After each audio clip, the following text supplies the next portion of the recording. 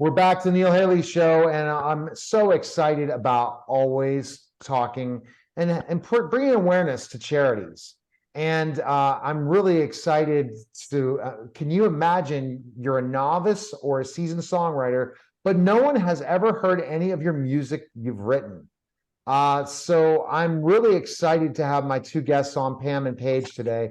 And we're going to talk about this. It's such an important thing. And we're going to talk about musical charities. So I appreciate you both stopping by. And it's so important. And I've again had this conversation about songwriting on one of my podcasts and radio shows and TV shows before, especially about the songwriting show that was on NBC. I highlighted that on my network at one point in time, and how we really don't know about songwriters and the challenges they go for. So I appreciate you two both stopping by. Thanks again. Thank you. You know, so Paige, how and why did you come up with the idea for musical charities? Well, I'm in the dog business and I retired, and I always knew music would be in my retirement future. So I met Pam a few years ago, and Pam is an absolute incredible entertainer, musician, songwriter. I've been involved in some of the circles of songwriters in Nashville and other places. And I'm an amateur, but I'm a good promoter, and they're professionals and not very good promoters. So we kind of put each other together, and I said, I can do this. I can help do this. So we created Musical Charities. Our number one goal is to support our musicians. They've had a very hard few years because of the COVID, and we want to put them back on stage in front of an audience. And then whatever we raise, we help our communities.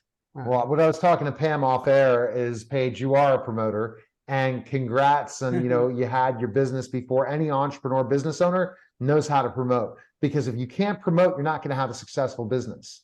And so when you see specific things that you're passionate about, as entrepreneurs and business owners, we just flock to those people. We want to work with those people because we're excited. It's doing something that's giving back. It's doing something that there's a need in the community. And so, Pam, when Paige and you guys met, did you know it was a perfect fit in what you guys would do? I think so, because as we were talking earlier, we're sort of opposites in the sense that she's super confident and always positive, and I tend to almost apologize if I'm going to invite someone.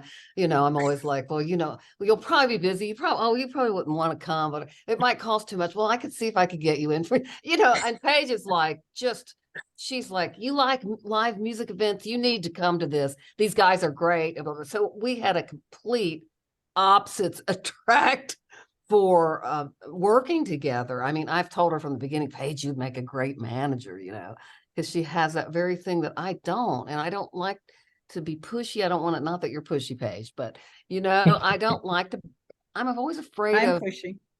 I'm always afraid of bugging people, you know. And so, and you got to have that forward sort of, there's a real art to being able to positively invite someone to an event and make them feel great about why they're coming. And that's maybe what you're so special at, Paige, is she's allows people to give back and yet get something at the same time. And in doing that, she supports the songwriters as well. And then all of these generous people who come to the events are very generous with the songwriters, and they purchase our CDs. They, you know, they want to know where they can see us again. And so it's really, this is a cliche, but it's really a win-win situation for everybody. All right. So, and Paige, when you met Pam, did you think that you needed somebody that is known in the industry to be part of this, to help you with how that partnership worked? I never knew before I met Pam. I never, ever, ever thought I would be involved in music. I was a closet musician. Didn't really go anywhere, never expected to go anywhere with my music. It's just a hobby.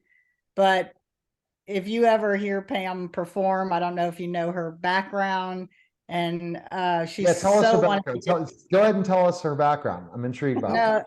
Okay, I'll tell it because she won't. So Pam's been a musician ever since, you know, she was a little girl, and her father taught her how to play guitar and banjo, and she's just thrived. She's a great banjo player. She was Yes, the go on. she Yes. was the lead singer of Wild Rose, which is a Grammy-nominated band, all-women's band back in the 90s. They've been on Hee Haw. They've been on all kinds of TV shows. She was on the Grand Ole Opry for 4 years with Porter Wagner. She has several CDs out. She's just incredible. Right now, she has a #2 song on Bluegrass Unlimited. It's #2 on the charts, and she's getting ready to release a new song next week, which is an incredibly inspirational song. I just really admire her, and I know that people that I know would enjoy listening to her. And people are always looking. If you tell me to go out and find, see somebody perform, I'm like, yeah, what if they're not any good? So when somebody is excited about somebody and said, you can't miss this person, that's what I try to do with people I know. You can't miss it. When Pam performs and Pam's friends perform and her band Wild Rose came and performed, and anyway, so she'll say opposite, that she's not that great, but she's exceptional. All right, Thank you. so I just am impressed. So Paul, I think Paul, you told me before you're a musician, right? You do some music, right? I'm about the world's okayest guitar player. Oh, Okay. I am, yeah, I am not any expert. I follow. I'm good at rhythm, but lead. If it's not blues, I can't do it. I'm the lead. So, yeah, no, I grew up in the '60s, so my middle name is Music anyway. So, yeah. Pam and Paige, I find this conversation extremely interesting, and I want to know more. Yeah. Cool. Well, thanks. That's nice to meet you too. Pam's blues, but she's blues grass. That's good. That's good. Yeah, I don't understand all the scales of blues. I hear what to do, but I don't know what I'm doing. Which is kind of the way you grow up playing bluegrass. You do it all by ear or by taking lessons, which is what I started doing at 14, learn how to play the banjo. And then you just get people to show you licks. Is that how you learned with guitar too? You got people to show you licks? Are you talking to me? Yeah. No, I actually had 10 years of training, but Oh, that just got me to the okay part. I don't think as a musician you ever stop learning. So it's a yeah, and there's so many different ways to learn and to do, and if you're playing it, I'm listening. That's for sure. yeah. I'm more inspired these days than I have been ever in my Great. life. And that's who would have dreamed at this age, after a career in music and then a career in academia. I work at a college. I'm close to retiring, but I've just found a new music team with a church that I'm playing with, and one of the women is a Irish flute player, and so we're working up these old hymns with banjo and Irish flute, and it's so fun to create. And I've got this new album coming out, and it's just a blast to be in the studio again, and I'm kind of glad it's happened like it has, Inch by Inch, which is the name of my new single. But because it makes you appreciate every little thing in every phase instead of everything happening at once. And then and it's just been really, I'm really thankful for the struggle. It makes everything super sweet when it happens, and it makes you very sensitive and understanding toward other people who are struggling. And what greater gift could we be given in life than to become a better person along the way, and then therefore be able to relate to our audience better, and then maybe write a song about that and share and connect at these shows. It's just really it's a wonderful place to be right now. So Paige, Great. when did the vision, after getting, Pam together, you said the need was that a lot of these artists have been hurt based on specific things that have happened, and also how songwriters in general are not compensated correctly for their work. That's what kind of made it. So Paige, what does this charity do in a way to help the artists? Explain more about that. Well, our logo has 3 daisies on it, and each daisy represents something. We could have put a dozen daisies on it, but the one daisy represents the musicians. They need people to create events, bring an audience, And if they're professionals, we pay them. A lot of times when you do a charitable event, they always ask the musicians to play for free. Right. We don't believe in that necessarily. They can always donate the fee back to the charity if they want. But so One Daisy represents the musicians that we're trying to promote. That's our number one mission, is to get musicians back to playing again. Number two is the people that come. They do donate, that we either have ticket sales or just donations or whatever. And they get a great show, a very intimate. We don't do 1,000 people shows, sometimes we just have 50 people out there on a yard with their picnic tables and things like that. And so they benefit by getting some great music, and their donations benefit because we always pick a beneficiary, and it could be an individual that, they're struggling and they need help paying a bill, or they need a new hot water heater or something like that. It could be a charity that's, needs some support. It could be a family or a business. And so we just pick a beneficiary, and we never give them cash. We only give in-kind donations, meaning we purchase something for them or we pay a bill. So I also had founded a animal rescue many years ago, and I'm retired from that, called Mostly Mutts Animal Rescue. And I ran that for 10 years. So we have called their veterinarian and just deposited money into their medical fund, So we've done animal rescue, we've done Trinity Horse Rescue, we've done farm animal rescue. We took $5,500 worth of musical instruments and art supplies to Scottish Rite Children's Hospital and just delivered them. We actually took one of the nurses shopping and gave her $3,000 to spend in the store, because she knows what the kids want. We don't really know what the kids want. And that was all in honor of a 28-year-old who passed away. And when we asked what we could do for the family, they referred us to Scottish Rite. And so the community benefits, there's nobody profiting off of this, it's just basically helping the musicians pay their bills and helping the community. And when Pam said win-win, it's really win-win-win. But you could also add the small businesses that we support. When we bought the musical instruments, we used a privately owned music store, and they certainly benefited. We used the school box, which a friend of mine owns, and that's all school supplies. They have struggled over the past few years, and so that when we took the person shopping, the nurse shopping with $3,000, we spent it at a friend of mine's business, and so they benefited. So there is just it's a wonderful concept, and we'd love to take it nationally. We are going to try to specialize in house concerts, which are very intimate. You can have your own party at your own house. Everybody in the world has a birthday. That's a great idea. So we would like you to have your own birthday parties. Musical Charities will bring in the musician. We will help you organize the party. You decide the beneficiary. You get to choose who benefits. And we just help you have a great party and give back to your community. And the great thing, Pam, is paying the artists, right? So I too was like you in a way. I'm a former professional wrestler, Pam, and that I performed in front of smaller audiences, and some nights didn't get paid wrestling. Okay. Yeah. Nights, Wow. so you do the independent wrestling deal. That would be something for you even to expand. The pro wrestlers aren't getting paid. That's for truth.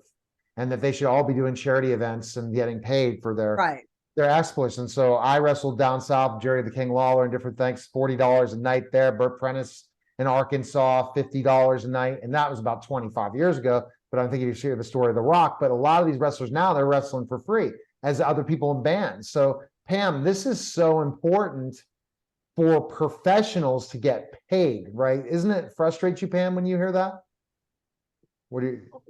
What, will you come and play for free? That does what frustrate me to hear? What the artists aren't getting paid to perform as professionals. Well, I actually have always been paid as a professional, but I've never gotten rich from it. But what about the other ones who are starting and they're professionals and they this thing that helps these artists to get gigs and to get paid? A lot of them working for free. Well, I mean, I'm all for people being allowed to go out and play for free if they want to, because they feel that it will help network their music. It will help network their musician connections for other with players. They might meet someone they can form a band with.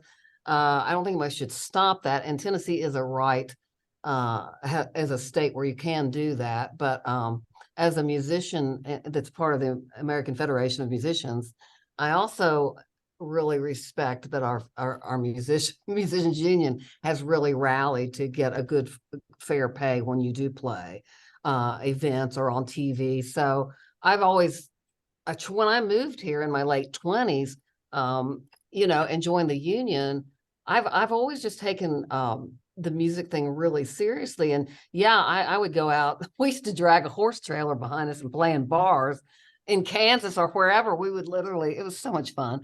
We would just drag we had a van, and it what did it do one time? I forgot what it was called. Vapor locked. It vapor locked on us on our way to Canada. And we had to ride all the way back with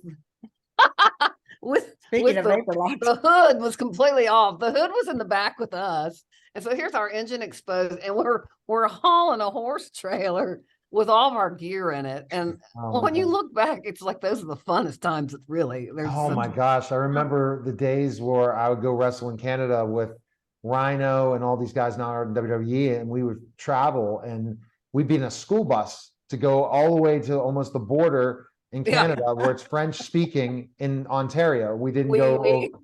Yeah. And it was like 17 hours from, you know, London, Ontario to wherever. I remember these travel, but I remember these days. I remember the traveling from Grand Rapids all the way to St. Louis, then St. Louis to Chicago. And yeah, it was. Well, and you don't mind doing it for little of nothing when you're young, because you're all living together, maybe in a house together, and your rent's only $25 a month. If you that's what I do. We live in a hotel together, and that's what we do. And we're because we're wrestling, we're doing our dream. We're doing that when we're young, that our dream and all that stuff.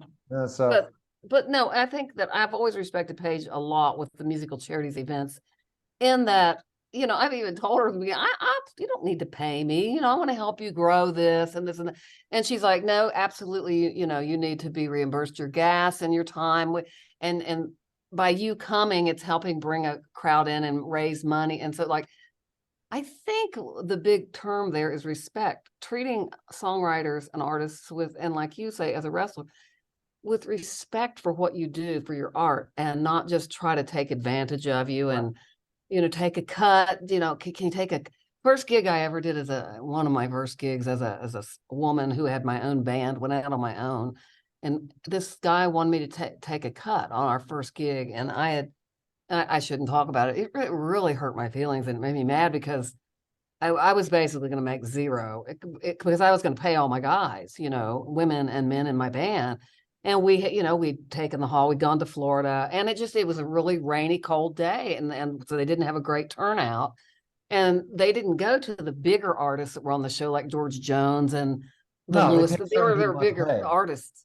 But the little guys, which I was one of the little guys in their book, first thing they do is try to get you to take a cut, you know, and you hear they've signed a contract, doesn't do any good. What, you going to sue them? You know, and it's like, and so I took what they gave me, and my band also, Pam, here, we want you to have, and they all took a cut. And it really made a bonding, wonderful kind of lasting impression with me, with my band. But, you know, it's just, I love that Paige respects the musician and is thinking not only of the beneficiary, but also of the musician as being a beneficiary, that, hey, you know, they got to make money too. And they've struggled a lot through COVID. Many musicians have about lost their rear ends during COVID. You know, I have a day job, so I I did okay. But a lot of musicians also teach their instrument or voice, and they lost all of that income also. And then, like, you know, sound people and the light people and the you know, the professional people that work with the venues, you know, so we're happy to rent a venue. All of the food places, the food and beverage, all of it. They all lose when there's nowhere to have an event. You know, there's so many people that lose. Yeah. No, it's what I would say is this just brings me back, musicians and artists, any type of artist, professional wrestlers, anybody who performs, the challenges. I have stories too. My first ever match didn't get paid, and one of my last matches I never got paid, where the promoter took the money and ran. So we all have those Jeez. stories. We People have are so those stories all the time, and they're like, "Where's so and so?" And then one of the wrestlers was involved. Oh, I don't know where he is, and they ended up taking the cut. So it's part of the business. It's tough and all that. So Paul, now, did you ever play any gigs yourself, Paul? No, actually, all my gigs were really practicing on stage for, it's kind of like an amateur night kind of thing. So I didn't get paid for anything I did, but I did it for fun. So But so you were on stage. You've done gigs. yeah. Yeah, exactly. And it's interesting. Another one of my clients, one of his bucket list was what he calls a wish list, was to start a band, and he did that. So he just sent me the track, texted me yesterday. It's all about our passion and living our passion in so many ways. And I think, Paige, when you retired from your business, you said, I have to do something that's going to keep me busy. You couldn't stay home. That's the thing. People can't I'm not stay happy if I'm not retired. busy. I No. just turned 50 and I'm never retiring, because that's not what I want to do. I want to do stuff that makes me happy and I love doing. And that's the thing. If you should never want to retire if you Yeah. do something you love the rest of your life. And I'm glad you Yeah, well, found I've been very blessed. People say, "Oh, you do everything." I said, "No, I do tennis, dogs, and music." And what a beautiful life! I taught tennis for 35 years. I've trained dogs. I've had a boarding facility. I did rescue, and now I get to, I'm getting ready to get my second CD out there, but it's just for fun, a hobby, and now I get to hang around musicians like Pam. learn from a very good musician. So best place we can go, Paige, and I guess what is the call to action to people? Do you want them to help donate to the charity, but also the whole idea of going national with these parties? Where can people go to check out information? Yeah, musicalcharities.org is the best way to contact us. Go into our gallery, look at some of the videos that we have of some of our events, and you should be able to contact me personally through there. And I will be happy to help somebody just by a phone conversation, or help them however, if they need some musicians. Like we did, what we would like to go national is what Pam created, something called the Big Shebang, SHE Shebang. And we had the first concert here, and it was with 4 of the top women in country and bluegrass, including Donnie Ulysses, who was 2022's Female Songwriter of the Year and Songwriter of the Year and Female Vocalist of the Year. Irene Kelly, who Alan Jackson has recorded some of her songs, and she's had 7 #1 hits, and Becky Buller, who was first female to win Fiddler of the Year, and of course Pam, and we had them all on stage together. That was a blast. And they're going to do another shebang in Nashville the 31st, I believe, of this month. The 30th, we are playing. We're part of the so if they want Tin Pan South next Thursday, the 30th. Yeah. But if anybody wants to do a big event, we can do some shebangs, and that is just incredible, because it's 4 songwriters that play their own songs and they back each other up musically and harmonies. And it was just a big shebang. Oh, it sounds like some awesome things. People definitely need to contact you guys. It was a pleasure. You brought back some memories, Pam, today, right? About wrestling and some of the horror stories and fun times as well.